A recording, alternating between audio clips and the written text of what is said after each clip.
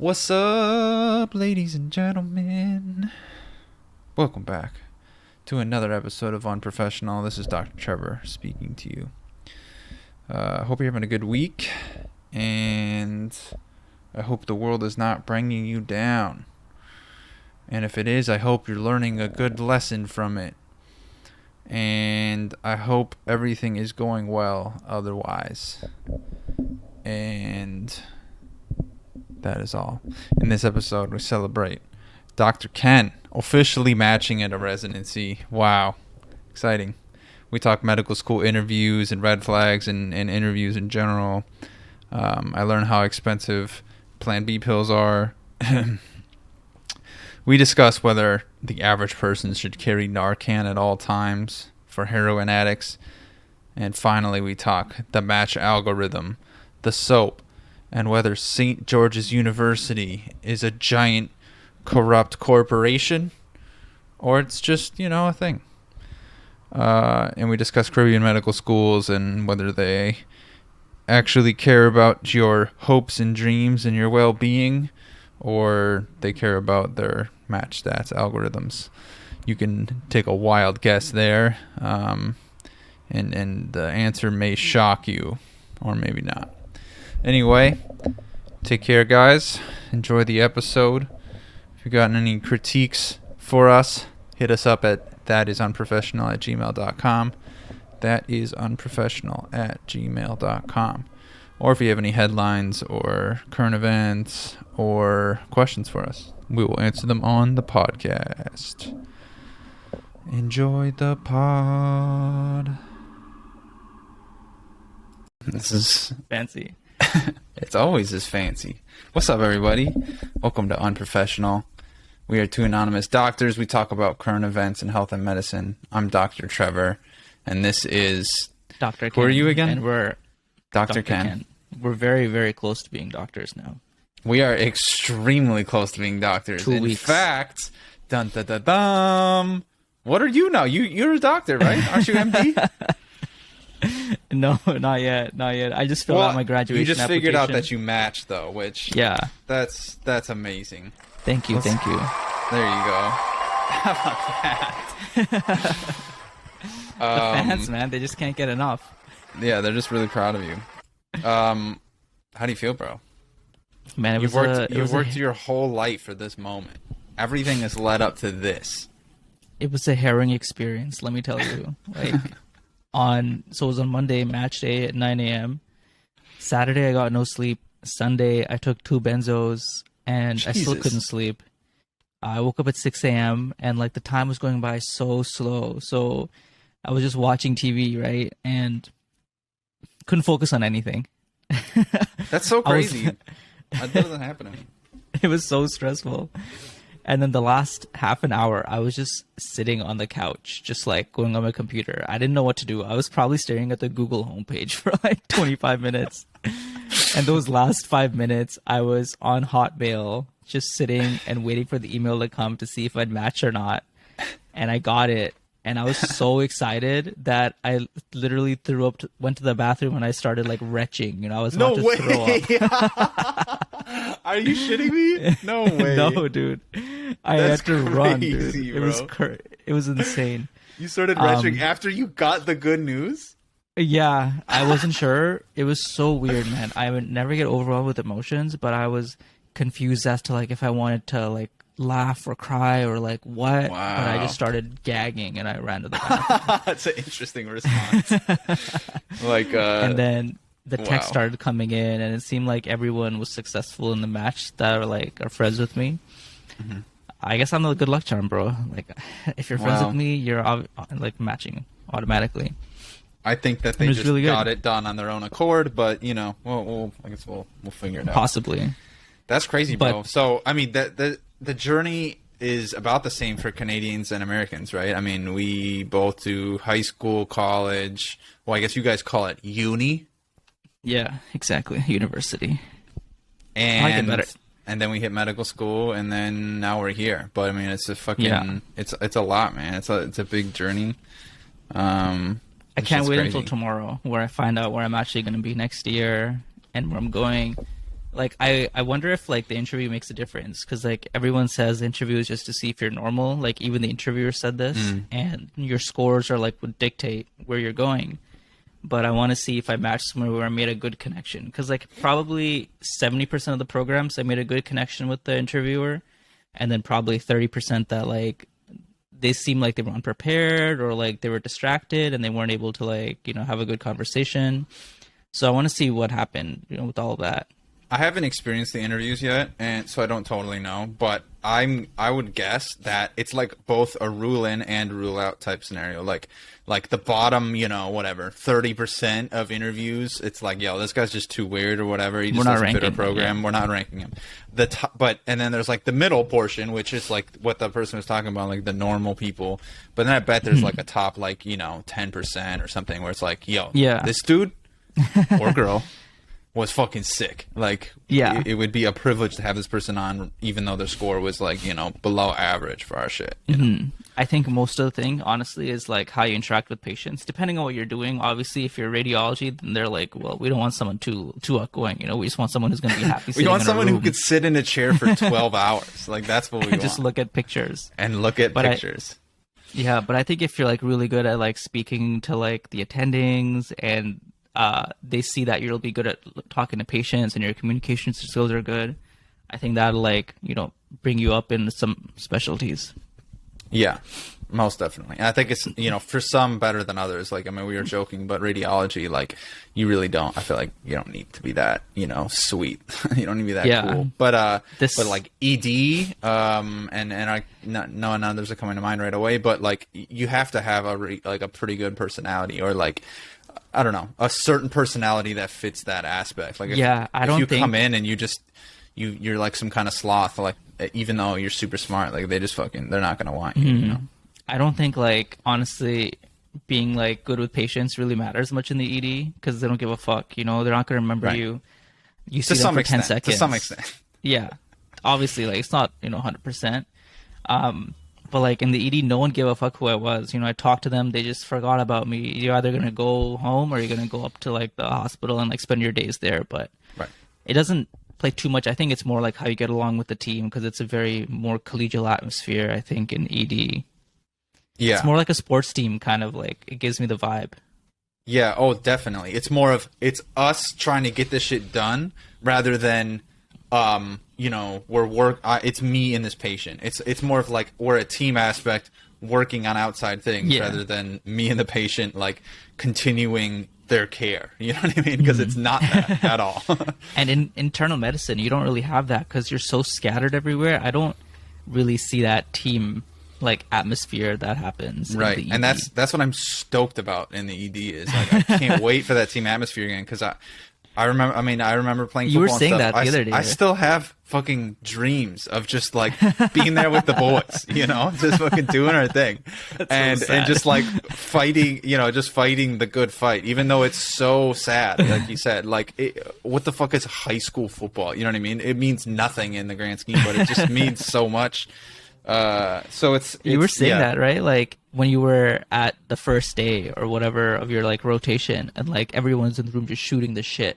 Yeah, and I just was eating it up. Oh, and I didn't know what half the things they were saying, because like some of it was inside jokes, the other parts were just like beyond my understanding of medicine, or specific things to the ED. But they're just fucking around, dude. They were just joking, shooting the shit, also like throwing serious things in there. And I'm like, damn, why can't we do that on the podcast? Our podcast is shitty compared to this. No, get those guys on. Yeah, they should have one, and we should quit forever.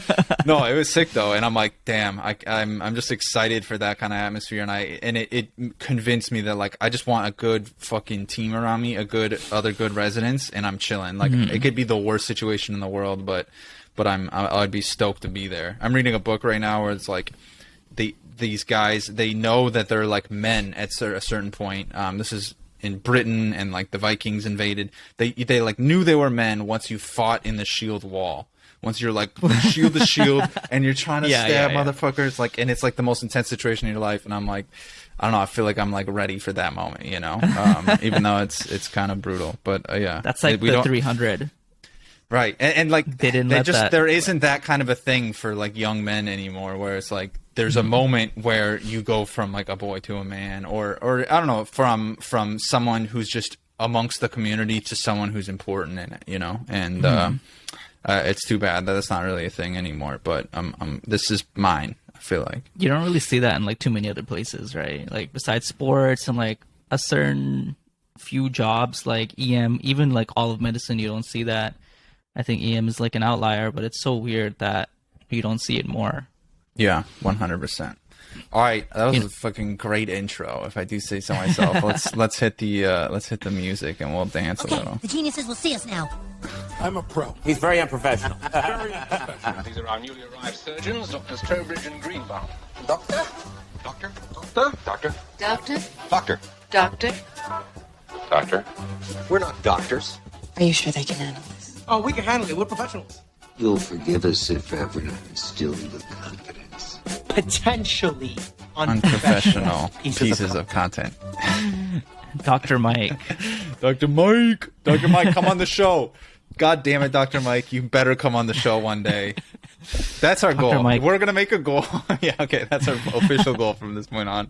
We're gonna get motherfucking Dr. Mike on this show, no matter what it takes. Maybe when we're like full on doctors, he'll be like, all right, now I'll come. Like, he just doesn't want to associate with med students. Well, here's the thing. He didn't even bother responding to our shit. Like, it's not like, hey, I respectfully decline. It's like, you're not even worth my fucking time to respond and say, fuck off. Yeah, email went to his honestly, junk folder. He might not have, because why would he? He's got 10 billion. He's busy talking to the Surgeon General, all right? But no, we're going to get him on. Do you think he makes more money in like his videos or as a doctor? Oh, dude, no question in his videos. No question. Easily. No 100%. question. It's not even close. Yeah. I mean, I bet just from YouTube ad revenue, he's getting more than what he makes as a physician. So then add, you know, his sponsorship deals, his fucking whatever else he agrees to. I'm like, dude, it's over with. As a family med physician, especially, what does he make? Like 200,000 or something? Oh, dude, like, yeah, definitely around that. He can easily surpass that. Oh, 100%. With that said, let's say he like, I bet he could like alter or move around his family practice like to get just like high paying patients though. You know what I mean? He could make his own practice, and since he's so notable, that he could probably get like really high paid people. So probably gets like hot rich people coming in and like just because they want to see Dr. Mike. Yeah, why do they have to be sexy? Because he's hot. His clientele would be like, oh, he's a hot guy, you know, let me go to him. What would he name his practice? Fuck, man, that's hard to do. Hot rich people only. It'd be hard to say. He names his practice Nines and Above. He's in Manhattan, so you know it's already rich people. Yeah. Oh, definitely. He takes his dogs for walks there. He made a video about only rich people. Yeah. Fuck them poor people. The 3 comma club. 3 comma. How many commas are in $1 billion, bro? That's 4, isn't it? I retarded. 3 commas. Oh yeah, it is 3. Only billionaires allowed. 3 comma club. Yo, speaking of fucking money, I spent so much money on one object the other day, and I think I probably paid a 10,000% markup on this fucking thing. What could it be? It's a fucking Plan B pill, dude. Oh my god! If you have to buy it same day, like you can't. If you order it from Amazon, they're cheap as shit, and it's whatever, some type of like progesterone, and it's like $8, and it's same day shipping. But if you fuck her on a Friday, and it like whatever Amazon can't get to you in that time, you gotta go out and buy it if you want that peace of mind. So you fucking go out in the morning, you take your little walk to whatever, Dwayne Reed, Walgreens, and you buy that shit, and it's $56. I should have had you guess, dude. $56. I couldn't believe it. I'm like, I mean, no question, it was worth it. But I'm just saying, you know, because fuck babies. But it's just. It's just too much, dude. Were there more pills in it or something that it's like it times more? They didn't give me some kind of like testosterone boost. There was no extra benefits. It was literally just the same thing that Amazon has, except you know, $50 more. So that's sick. So why did you need them?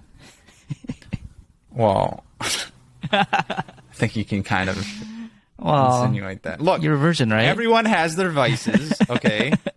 I know a doctor who drinks 2 Diet Cokes every single day without fail, and he knows that's bad for him. You know what I mean? That is not good. That's probably worse than Speaking any of that, vice we're going to talk about artificial sweeteners after this. But he does that every day, even though it's bad for him. And mine, I don't drink Diet Cokes. I, fuck without condoms on. So there's that. At least the girl is happy that you're supplying the Plan B pills. Yeah, And she doesn't have to get them herself. I try to pay for that. I feel like it's my own fault, if that goes down. Yeah. So You're having more fun than you should. So you gotta have some drawbacks. But yeah, speaking of Diet Coke, there's we have a new current event.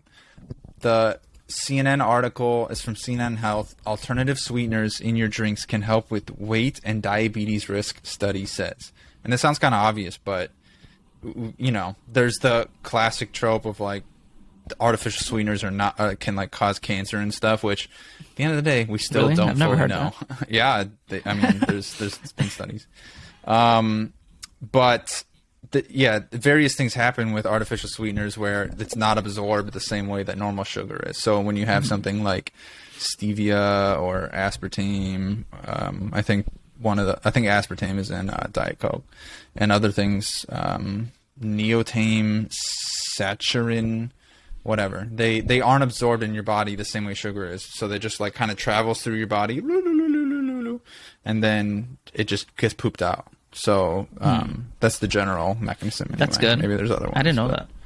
Yeah. But fun fact, Americans eat about 60 pounds of sugar annually on average. And almost half of that comes from drinks, according to the American Heart Association. So people... That's so gross, too. That's so fucking gross. I don't understand how people can have those sugary drinks. If you drink water for a while, it overloads you. Yeah. Here's the thing. If you just go back to water, if you just do only water, no sugary drinks, you can have coffee and shit, whatever. But no sugary drinks for, I'm going to say a month, 2 months.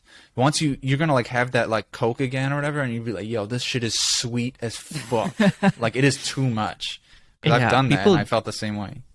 People detox from having those sugary drinks and they have cravings, dude. It's insane. That is a huge issue I've seen. I mean, parents, especially, I'm in the Bronx right now, you see them in the hood, they give their kids juice that's the go-to. Oh, yeah. And it's just it's literally sugar water, it's packed with sugar. And they just don't know, so it's it's not on them really, but it's I had not some good. I had some kids come in not good 2 days ago, and there was 2 kids, and they both had Capri Suns with them. Just give them Bro, water. I used to crush Capri Capri Suns, bro. Those are so disgusting. I hated them. Really? Oh, Maybe I had the wrong big fan. flavor, because there's 2 types. There's ones with the artificial sweeteners, and there's one with regular sweetener. Oh, I have no idea. And but I the they taste like shitty wine coolers. You know what I mean? Yeah, they're disgusting. They're always not hated good them. now. They used to be good to me. But okay, yeah. So it is in a meta-analysis, which is always good. That's where they combine tons of studies and pull that out of it. Researchers found replacing sugar sweetened beverages with low or no calorie sweetened beverages was associated with small reductions of weight and cardiometabolic risk factors. Whoa. The study said. So yeah, Big that's words. good. So bottom line, yeah, drink artificial sweeteners as much as physically possible. I got a similar study, and I think they're missing the point. Honestly, it's Wait. I have one more point before you go on. Go ahead. I just want to clarify that this doesn't account for long-term side effects. So there's been other studies that have said, clot-based strokes can happen from heart attacks, early death in women over 50, and from a 2019 study. So it's better for your whatever, you retain less sugar, which is good, but just keep in mind that it's not the full picture. We don't know everything yet. This shit could cause increased cancer or something, so we don't fully know. But I think people it's forget good that news, things are in anyway. isolation. Yeah, This is testing one specific thing. yeah, Sugar versus artificial sugar. How does it affect your, what was it? Yeah, your weights, and Cardiovascular cardiometabolic. Yeah, exactly. Yeah, so everything else, like, it doesn't test. So people might get the impression that it's, one's obviously superior, but it's only like one little point in the picture.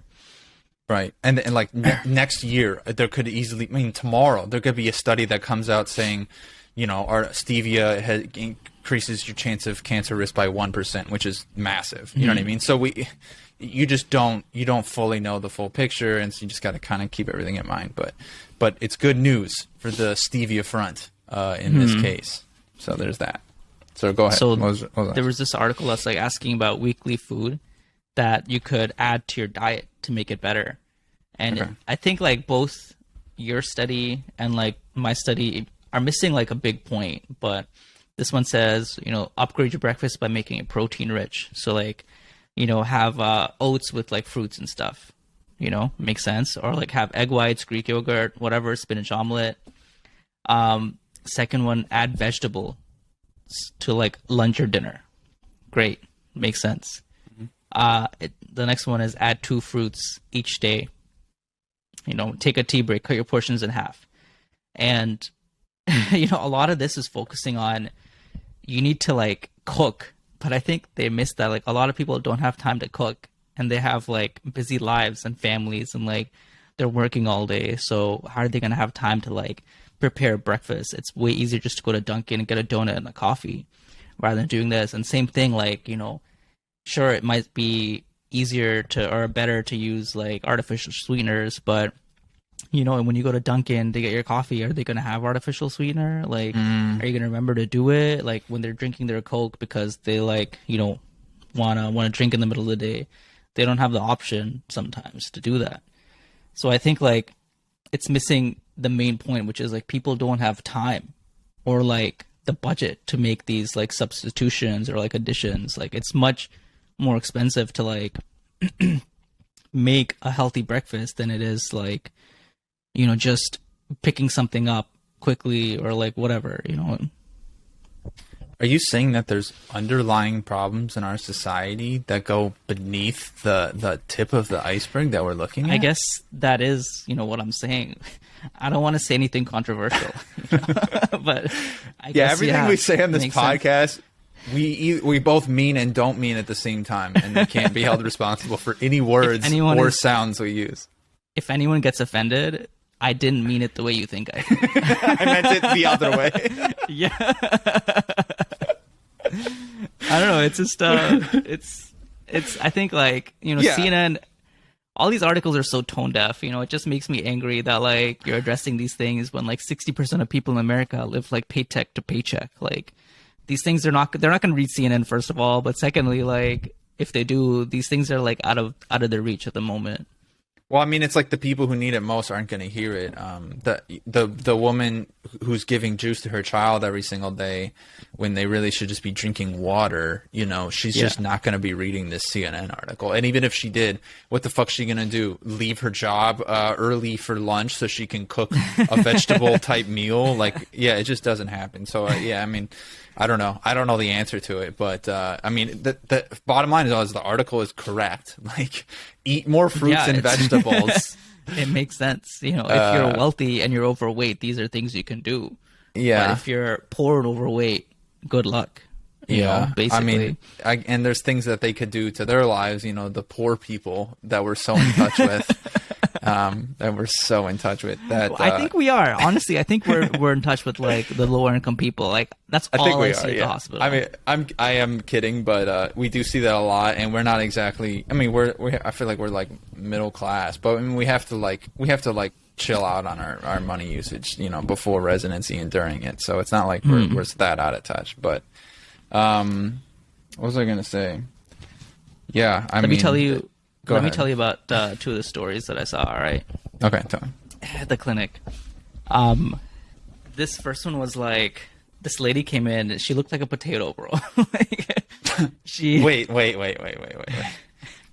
So she looked starchy, or what are we? She looked like the physical appearance of a potato. She was a circle. She looked the physical appearance of the potato. So she had like the little like brown dimples and stuff throughout, and she was like oval shaped. Is that what I'm getting from this? She was very oval shaped, and So she waddles in, right? She was If you put literally her in a waddling. deep fryer, would she be like a crunchy, and then you salted her, it would be like a delicious Bro, the crunch? deep fry would not get through her skin. Like her Oh, skin was no. so freaking thick.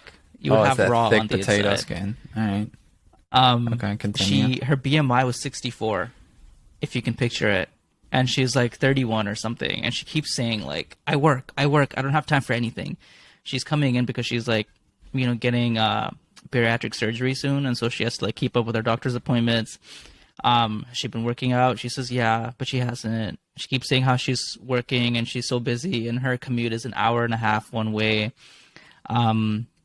So not that like it's bad, but I'm like, you obviously don't have time to work if you're commuting an hour and a half every day, all one way. And she was telling us about her complaints. She's like, yeah, I haven't been taking my blood pressure medication. My thiazides are causing back pain. And the attending is like, are you Not a sure? thing. Like, is that it? And she's like, yeah, I stopped taking them. Back pain got better. She's like, well, it's not like a listed side effect, and it's been used probably like 1 billion times. One of the most used medications. Probably more, probably like 1 trillion times, because you take it like daily. And she's like, yeah, I just don't know how to explain it. And so we switched her to another medication, which was like already annoying. Because I'm like, why are we doing this? Like, it obviously doesn't cause back pain. It's just something in her head. That's the thing That about sounds family mean. practice, though, is you have to you are people pleasers. I mean, like to put it short, like you're trying to make the person feel good and also take care of their health. So I mean, if they have a complaint that doesn't make any sense at all and is not based in reality, you have to listen to it and adjust for it, because or reassure them like strongly that is not the case, and so you can keep them on it. But I mean, if you could just switch, then all right, fine, fuck it, we'll just go to a different diuretic or something. But another question though, can't diuretics like do something to cause kidney pain? I mean, isn't that possible? I don't know. Maybe she could have like kidney stones. They could cause that. Yeah. But back pain isn't really, because she Yeah, was it's reporting from, it. like- We did a physical exam. It was like on her spine, and we're like, this is not possible. Like, Okay, yeah, that's not. But the her case. other thing was she has like a rash. She has a rash in her ear. She was using steroids. She's like, the rash is all cleared up, but she's like, there's also a rash in my butt. It's getting better with steroids, but now it's getting worse and it's not responding to steroids. And so the doctor was like, all right, we need to take a look. And she's like, is it okay if the medical student stays? And she's like, absolutely not. I was like, all right, it's fine. I don't want to see your ass anyway. Oh, I thought for a moment that the patient asked if it's okay if the medical student stays. Oh. I'm like, why does she want you to stay? She wants me to learn, dude. Oh, yeah. That's why. Is it okay? Like, please, I want him to see this rash in my butthole. Yeah. And, she's like, no, he can't stay. So I was like, it's fine. I'll leave the room. It doesn't matter to me. And she's like, no, please, I insist. Stay, please, please, please. The doctor's like, are you sure? This is a teaching Like, I'm hospital, really so he busy. needs I to see. have to go. I really have to go. No. Look at my fucking rash. And so I left the room, and the attending calls me back after 5 minutes when the patient leaves. And she's like, yeah, so the rash on her butt, there was a lot of feces on it. So it was just not healing because it had constant irritation and bacteria. And we just like, the only treatment was to like clean better, basically. Oh my god. Anal rash secondary to wiping poorly? Is that Yeah, what dude. we're going with? Jesus It's- Christ. Honestly, and it must have been for a while because like it was getting worse for like 2 weeks, she said. So the doc came out and said there was a lot of feces on it. Yeah. And is I was disgusting. like, well, she's like, yeah, so I basically just told her like clean better and, dry everything before you put the cream on and it should get better. But This was such the an potato. awkward conversation. This was the potato lady. Maybe she just Yeah, like potato couldn't reach lady. around all the way. I'm guaranteeing you that that's the case because Okay. she was so fucking big, bro. Like her BMI 64. I think like it's hard to imagine, but she literally looked like, the girl Damn. from like You get those heavy Willy patients, Wonka. huh? Everyone that comes in is overweight. And then Yeah. this other girl in the clinic embarrassed me in front of the doctor. It was so annoying. Hey, good job. Well done. She didn't talk to Yeah, me. Just wanted to use that. of course. I was, I was just in the back, standing, and she was like talking about her ovary problems. It was like a small thing. She just had a cyst.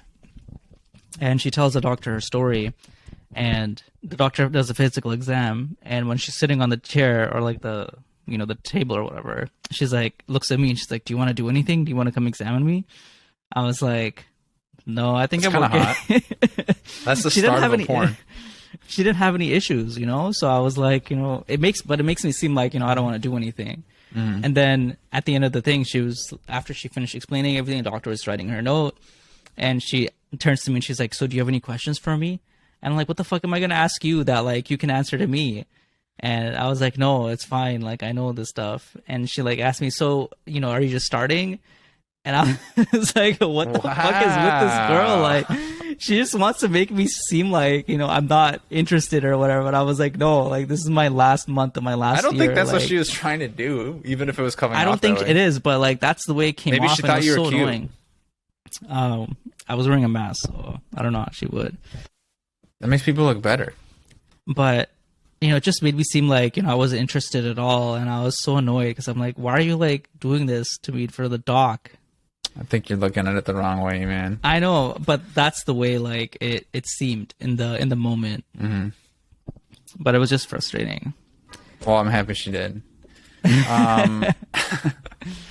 So I'm in the oh wait. I gotta bring this up. I saw on Twitter, and I'm curious what your opinion is. You're on Twitter?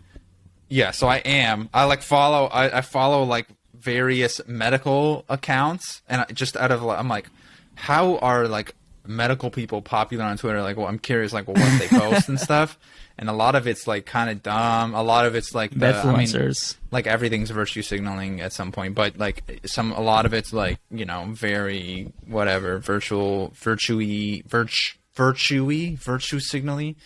Anyway, so one thing that's been going around is people buying Narcan or like naloxone, and like regular people, and just having it on them at all times, just in case there's like someone overdosing on heroin. You give Narcan right away, so it makes it so they can breathe again, essentially. What do you think about that? Would you carry Narcan on you at all times? That's so fucking stupid.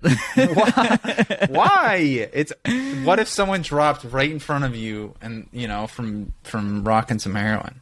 All right, well, I think something more likely in my circle is to have like an anaphylactic reaction or something. And I've never even seen that, so I don't know how like I would have to see someone overdosing in heroin that like I'd have naloxone that I could give them. That's a very good point. Yeah, why would you have Narcan on you when you could have a fucking EpiPen? Yeah, like then some by type those of standards, adrenaline. get the EpiPen, get whatever You should just always have an adrenaline pen on you at all times. Yeah, or like someone's having a fucking MI, bro. What are you gonna do? You should at least learn CPR in that case, that you can give them compressions or something. Yeah. Yeah, there's So was probably this a like lot of things to do before you start having Narcan on you. Unless I get it if you like work at a fucking safe injection site or something where like people are overdosing, yeah, but where then it's they should very have likely. those. Yeah. Or like, you're walking home in like a bad part of town and people are overdosing or whatever, then like I guess it makes sense, but even then it's just like, I don't know, man. It's just a weird thing to like put on Twitter, honestly. I thought so too. Yeah, I thought it was a little weird too. And again, like, I don't know. And everyone virtue signals all the time, and we do it fucking too. But it's just like, I think you only have Narcan on you because you want to just be seen a certain way, And then you post it on Twitter. Like, I don't know. I'm just not. You I'm not drop your fully- purse and the Narcan rolls out. It's like, oops, sorry. This is actually naloxone. I use it if people are overdosing. Yeah. And the Oh, servers, the waiter's like, okay, would you like ice in your drink? Yeah, all my friends are heroin addicts. So I need this. Yeah. So I'm weird. overdosing right now. Can I please use your naloxone? Oh, thank you. Please pass the Narcan. Oh, thank you very much. But is this person a doctor or just like a No, I a think it was regular just person? I don't know. I'm not sure what the person was who had posted that. I think maybe like a tech or something. But yeah, I don't know. I think it seems a this bit person much. I like should it. lose their I medical license. Okay, If they explain. have it. If they have a medical license, it needs to be gone, dude. I think that's a bit far. I think that's a bit That's, far. I think the most cringe thing is like medfluencers. If you've come across those on I've your seen like Twitter that, yeah. searches. And that's some of the people that I'm like following, yeah.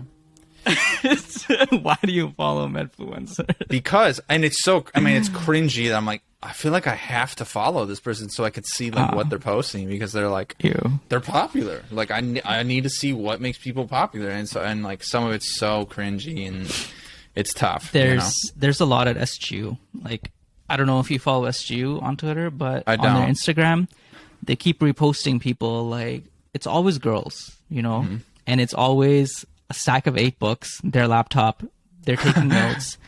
Everything's color coded. They have their color pencils out, you know, and it says 8-hour study session coming up. And it's just so annoying because, you know, the people that are quiet and do their work are the ones who are actually doing well. Right. Like, I don't know anyone who's like actually crushing it who posts that shit. And it just makes me so angry. There's this thing that happens in the NFL where, you know, every once in a while they'll mic somebody up, right? So that you can hear them the whole game, and then they take clips from it later. Well, apparently NFL players are like, look, you mic up certain players, and they're like the loudest dudes, you know, in pre-game, mid-game, and you're like, you don't say anything ever. Like, why are you just like, no one's listening to you because you know, like, you're not our leader, you know? But yeah, you know, people just perform. So yeah, that's it's funny. just, that's what it is, man. It's a performance, and it's to show like a certain image of themselves, but that's not the thing, you know. If you're not having breakdowns in like, you know, med school and questioning yourself, then if you don't question your existence, then you're not doing it right. If you don't hate yourself and feel guilty whenever you're not putting in effort, you shouldn't be there. You don't feel it's not right. Yeah, I hated it. I see it all the time, and it just makes me angry every time. But yeah, so I've seen that, but I don't know. Phone, wallet, keys, Narcan. Maybe that's the move. But here's the thing: no one's gonna post like, "Oh my God, I got my CPR certification." Like it just, or if they do, it doesn't become a popular thing, you know, or no one gives a shit. But it's just weird, you know? It's very important. You know, there's like, that's no need great. to flex any of this. You know, what's the flex? I don't understand it. Well, here's the thing. I mean, maybe what if some good comes out of it? What if it comes trending on Twitter to get your CPR certification because some high profile person, you know, needed CPR and then someone saved them? Like, that's not necessarily bad, right? People are not paying the $200 to get CPR certified. Or whatever it is. I think it's 200, but it might be like 1,000. Here's the thing, though. I think that if good things happen for bad reasons, I don't think it's necessarily a bad thing. Like, if like influencers all fucking get on this train of getting $200 CPR certified and, you know, do this class for fucking a month, like, I'm just for like more followers and stuff. That's great. It. Like, do it. And like Instagram it. Sure. Like, I don't care. As long as it's something like that, but like Narcan just seems so stupid. Like, you're not gonna know what an opioid overdose even looks like. Yeah, how many people have you seen fucking OD in front of you? Like, I don't know. And can't you just call an ambulance and they just bring the Narcan? I guess it's a fine window that you have to hit, but I don't know, man. It does seem a bit much. Fuck it though. Like, at the end of the day, if you're just doing it to help, I don't know, why not? But there's probably other things you're not doing that you could be doing first before you start. Just donate, you know. Having donate your money to the fucking first responders or something.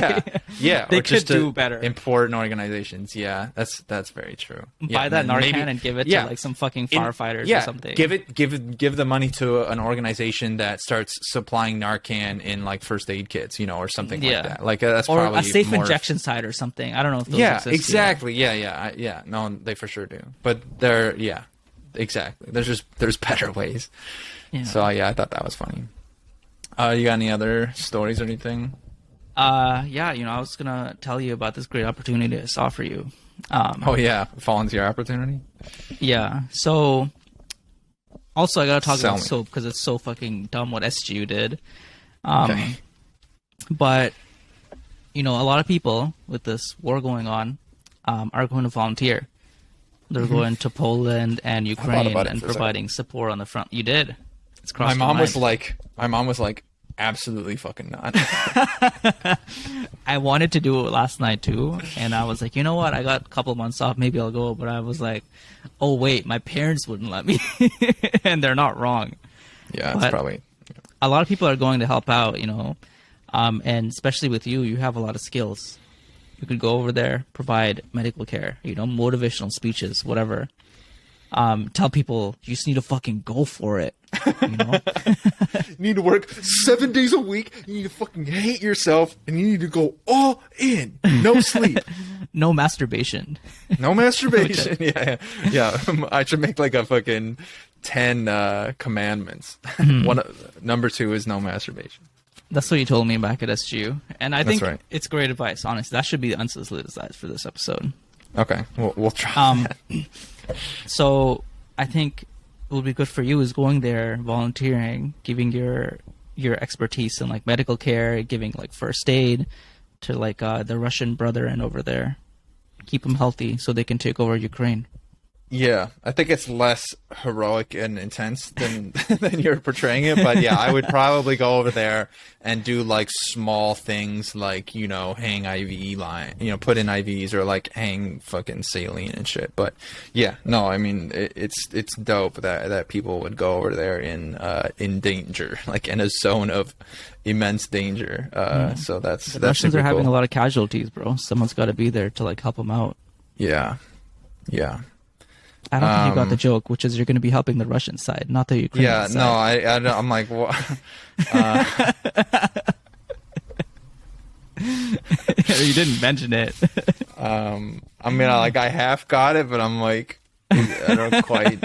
It's not quite hitting. No, oh my god, bro. The Ukrainians got enough help. We need to help the Russians. I mean, here's the thing though. Like, it's not a bad thing. They need help too. Like, there's people dying. It's not like I don't know if we should decide who gets help and who doesn't. Every Russian life you save will help end 10 Ukrainian lives.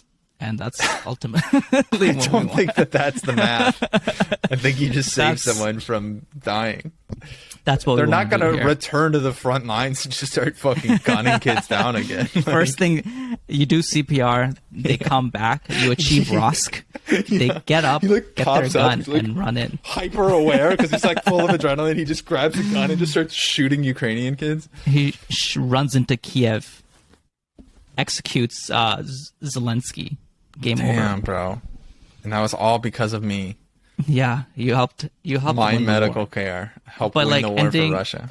If you win the war for Russia, then the war ends and you're saving more lives than you lost. I don't know. I think that guy would just become a martyr then, and then they would like fucking go even harder. But That guy's the SEAL Team 6 for Russia. You know, the SEAL team that like killed Bin Laden. yeah, He'll he be himself Russia's is the hero. SEAL Team 6. Oh, He'll be well, Russia's hero. Russia's version of that. Is Bin Laden like a martyr? He's in martyrdom. No, but like, the guy, the SEAL Team president? 6 guy that shot Bin Laden is like a celebrity now. Oh, you know? okay, yeah. This thing I get was what you're saying. released. Yeah, but I think it's a little different. In this case, he has to die. He doesn't like No, he doesn't die, bro. become He makes it heroic out. from shooting him. Yeah. Oh, he makes it out. Okay. Yeah. He just gets shot. Exactly. Okay. Man, let me tell a you what terrible happened with story. Soap. Okay, I tell me was about really Soap. annoyed. I was Soap really is annoyed. soap is what happens after you do the match. So there's this whole fucking match algorithm where you apply, all this shit happens, and then soap happens for the people who fucking didn't get in somewhere. But they try to scramble for programs, and programs scramble for what's left of the kids. Yeah, it's basically like 3 days of like rapid interviews, and you have 45 places you can apply to. They'll interview, and someone will. And offer everyone's you in a this 3 panic rounds. state because Yeah, they're trying to exactly. find a program. There's like 30 spots left in internal medicine, and you're like, oh my god, I literally will have nothing to do for the next year if I don't fucking get in. And I, this is my profession that I want to do. So Yeah, and I told you like the other day, 200 plus spots for EM, which is unheard Which is of crazy, because yeah. before there was like 10, 20 spots like every other year.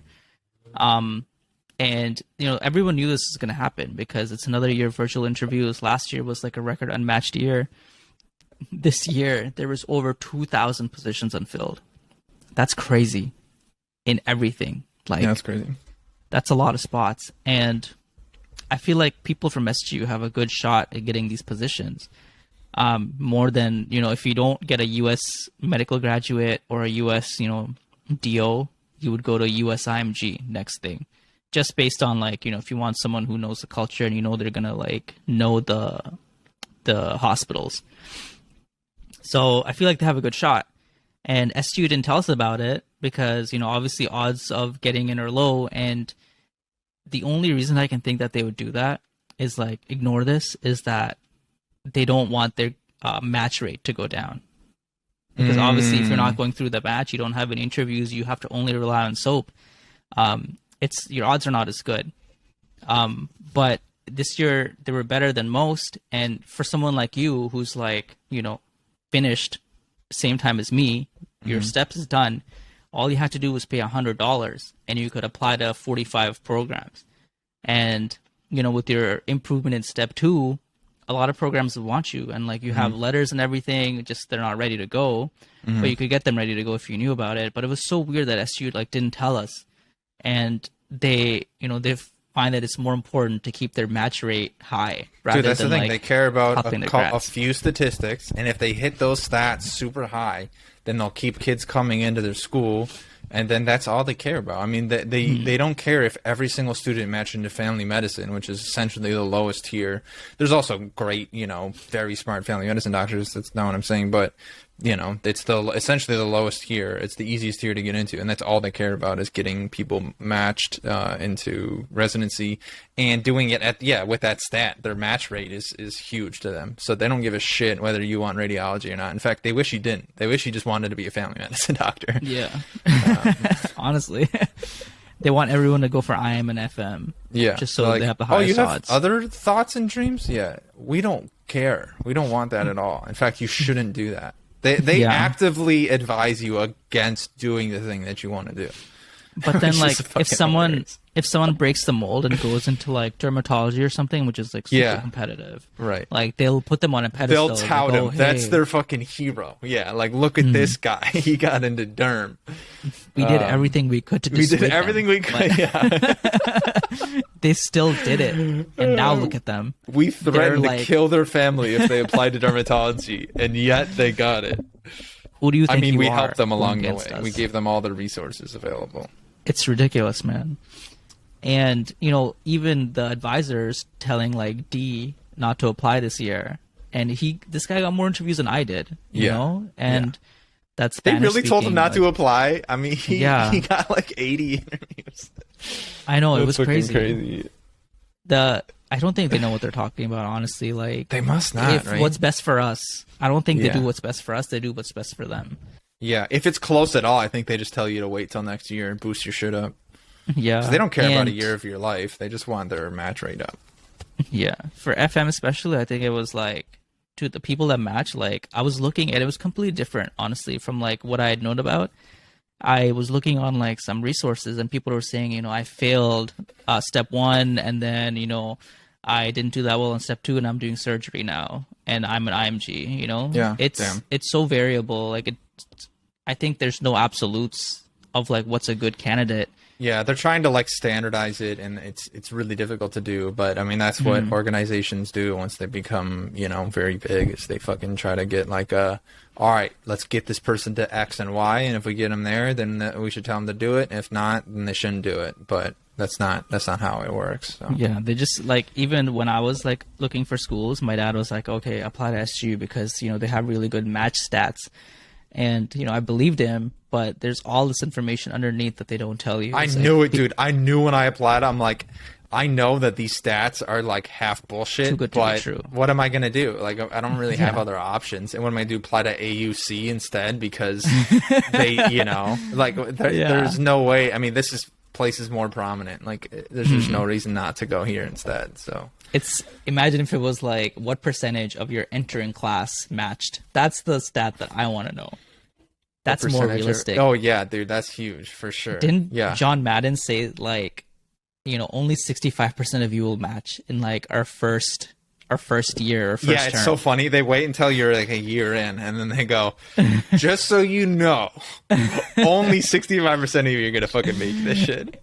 It's the majority, but it's not by that much. And then you continue on with that. How many of you are gonna make it without delaying? Oh, it drops a bunch. How many of you are gonna make it without major adversity along the way, or other things getting in the way, or having to do multiple research years, or like having to apply multiple times, I mean, the stat drops even more. So it's crazy. He even says like that propaganda that they put out is first time application match rate for people who applied that cycle.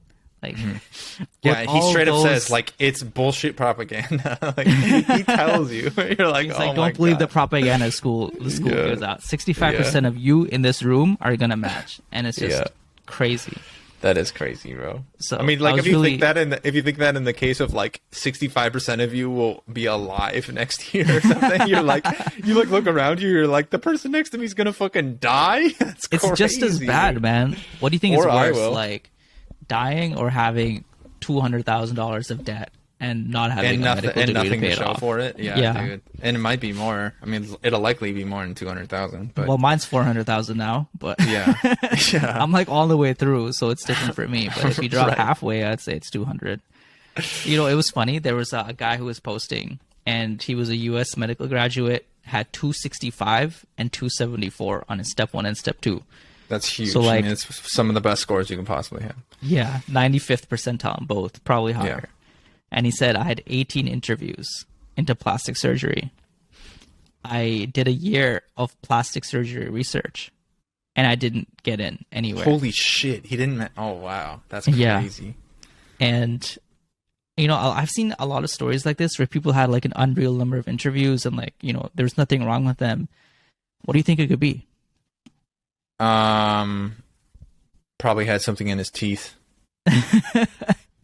for the I think interview. they've got to be like that bottom 30%. I think a lot of people don't realize that like there's something fucking wrong with you. I think some you people know? just have really shitty personalities, yeah, and it just comes off horribly in interviews, and as it should. I mean, you have a shitty personality, and it just some of it's luck of the draw, you know. Like I'm extremely charismatic, so Yeah, sure. that's and just luck of the draw. Like God favored Top me, 1%. you know? But it's also can be, it really can be done over time. Like I didn't get this way. Rome wasn't built overnight. You know what I mean? And neither was Dr. Trevor. I mean, okay, joking aside, you can build charisma. Like you can improve your personality to be more likable or more relatable and stuff. And there's like tons of shit online that you can go to do that. So yeah, definitely look into that if you're one of these bottom 30%. Because there's definitely things you can do, and you really should do it. It's good for your life in general. Like going into sales and shit like that. I mean, you're just going to be more likable, have a better personality if you're like critically evaluating yourself. So that's huge. But It's medicine, such a at the huge end of the aspect day, of life. like it's a business, like not for you because, you know, they don't get a choice, but like if you're a family physician or something, like they're going to go to someone that they like. And if it's someone that, you know, sucks with people and is like very aggressive, like that optometrist at the old hospital. Yeah. That was oh like my really god, fucking dude. shitty. Oh my god, what a bitch. Oh my god. Yeah. So much attitude. I'd never go to her. But if it's something like that, like people are not going to want to go to you. So I don't know, like I think there's more to it too. I think there's also I mean, like in dating, they're looking for major red flags. Like, holy shit, like this guy is so unprofessional. It's almost as if he has like a podcast called Unprofessional. Exactly. Like, there's a lot of red He's flags worse than here. us. Like this person could cause like a major incident, you know, one day. You know, we just Yeah. don't want him here. Whether it's, you know, the case or not, it doesn't matter. But that's how you came off. So, yeah, it's important. you know, it's funny that like we have this interview and even then so many fucking weirdos get through. Like all out of the residents that we had at the old hospital, like how many of them do you think like are weird and like should not have matched? I think like probably 20-30% of them. So many, man. It is crazy. There's so many. God, it's honestly terrifying too for some of it. Like, I was talking with your ex actually, very sensually. It was like really, yeah, it was like a lot. It was hot and heavy. There was a connection there. Yeah, major connection. And no, we were talking about how we were just talking about various people in our class that we did clinical rotations with that you know as well. the guy that walks like this and is super anxious, and Why can't we say his name, bro? We should be able to say his I think we've dropped it before, but and then there's the girl that's like she's Muslim, and then it's like talks like all the time, and she's like always talking about fucking studying and shit. You know what I'm talking about? Anyway, we're just talking. Or like the almost like sociopathic dude who nobody likes and is, in surgery does 100 research. Did he get into surgery? No, I don't know No. if he did, but like I'm talking about like the guy He was from trying the to do it. surgery. Yeah. But anyway, we were just talking about like, are those people going to be good doctors or not? And like, Mm-hmm. I don't know, but some of it is terrifying. Like the girl, like I don't know. There's something, she's gonna fuck up at some point because she just is so anxious and stuff all the time. And then the nervous guy or whatever, he's gonna have some oversights. He's gonna totally miss some shit, or he's gonna like do things in a really weird way. Maybe he'll do something super inappropriate. Like I can see all of that. So so is the girl will do something inappropriate too. So it, like almost guaranteed. And so it's crazy that they might be doctors one day, and they even probably will. So it's crazy. Yeah, I think I can see them being doctors. I just don't see them being good people. Like I think there's a distinction. Yeah. You can do your job, but you're gonna have some fucking I guess. Yeah, that's problems true. at home. I guess. But here's the thing: they might have issues in the office too, but maybe not. I don't know. It's hard to No, say. I'm sure they will. Like honestly, Yeah. you could be the best doctor and you get sued, and like being a fucking shitty doctor and getting sued. You're gonna get sued a lot. Yeah. Yeah. I see it happening. But All right, if it was go up ahead, to sorry. me, I would reject them. Honestly. A million times out of a million. There's no fucking way I would let them into whatever program I'm in. There's no way. Yeah. And I would see it. It's pretty obvious. You see some shit in the first like minute you meet somebody. Hell, in the first like 10 seconds, like, and you should listen to that. There's a lot to be gained from your first impression at like a subconscious level, and you really If should any of listen them to match it. with me, I'm gonna go to the PD and tell them to fucking kick him out right now. I don't know if I'm gonna do that, It's but I'm him gonna or me. Yeah. And in fact, I'm down for a fight to the death if that's what you want it to go to. I will do that for you. No, yeah, it's terrifying, honestly. Yeah. And I hope that I'm gonna be wary for anyone who's in my family. I'm going to make sure like that they have a good doctor, or like that they're doing reasonable shit, because shit is missed. Not everything is good. Not all doctors are good people, and not all of them do their job well. So Just one other is the thing. way it is. Someone posted on Instagram that they matched, and this person had terrible board scores, didn't study at all during school, always partied, this person, and gave minimal effort, and that person's going to be a doctor. Family medicine, Is this the Chicken stakes are Legs? low. Who's this? I don't think we had a nickname for this person. Okay. Chicken Legs. Tell me after. Yeah. But the stakes are low since it's family medicine. Obviously, Yeah. if you don't know, and like most of the time you don't, you can just refer them somewhere else. But that person is going to be a doctor, which like blows my mind. It's crazy because what if they miss I put in the wrong diabetes medication or something, and the person becomes hypoglycemic and dies. Like that stuff can happen. So Yeah. Yeah. And that I think only flies in the US just because it's different. You can go to a specialist if you need to. But in Canada it's different. The first line is family physician. You need a referral from a family physician to go to a specialist. Most of the time they handle it on their own. Even for imaging, you have to go to a specialist. So you have to like properly diagnose these things. I think the stakes are much higher. yeah, for sure. All right. Sorry, I cut you off. We'll end it with one quote that I have. We weren't able to do unsolicited advice. We should do an unsolicited. We could do a whole fucking podcast on not jacking off, honestly. But so, quote of the day is: you can tell when there is an honest person amongst you. It is like there is a smelly goat in the room. By Marcus Aurelius. So the point of that one is like, when someone is completely sincere, like to the core, and is like an honest person, not like honest in the wrong way where they're just always saying the honest thing at all times, because that's too much. There's a point where it's too much. But when someone's genuinely honest and sincere, you can feel it. Like, this is a sincere person, this is an honest person. You feel it pretty quick. And I guess his analogy is, it's like there's a smelly goat in the room. Like, you fucking know it's there, even if you're not even looking at it. Like, you can feel it, you can smell it. It's like everyone can feel it, you know. So I think it's one of those what is it called when it's like people don't value it enough? It's undervalued. That works. Because people can sense it more than you think when you're just completely sincere. Because I think, like, at this day and age, it's more like everyone's lying or playing a character, which a lot of it is. But when you do come across that person that's like a totally sincere person, just wants to get the job done, wants to do this and that, and not for like, even if it's for selfish reasons, okay, fine. You feel that they're sincere about it, though. You know, they're honest about it, and yeah, I think it's significant. I think I would say the opposite. Like, I think it's easier to find someone who's, you know, not sincere, not honest in a room, you know, because eventually things catch up to people. Like, I don't know, like, that I doesn't agree. Really I think relate to me I think it's less about the non-sincere person than it is the sincere person. Sure, it's also just as smelly when there's a non-sincere person or someone who's, you know, whatever, like the sociopathic type dude that we know.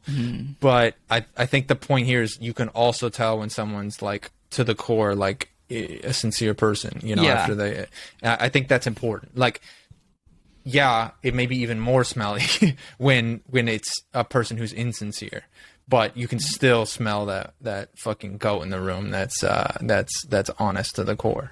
Like, I think like when you first meet someone, I think it's easier to tell if someone's honest than if they're not honest. You know, you can talk to someone and be like, all right, this person is an honest person, but it's harder to say, all right, this person's a liar. You get what I mean? Yeah, I guess that's what I'm saying too. But all right, so we're on the same page. What the fuck, bro? I guess we're on the goddamn same page. What the fuck were you even talking about? Asshole. What is this podcast again? All right. I'll start rocking the outro music with a fade in. And I'm gonna be coughing all day after this. Why? Because like my cocks I'm sick. Throat. I'm sick, and this really worked my throat. Honestly, basically that's what you did to me. I worked your throat today. Yeah, my throat has been worked. I'm glad I could help. All the way to the back, down in the neck. All right, bro. Reach. Peace. Peace.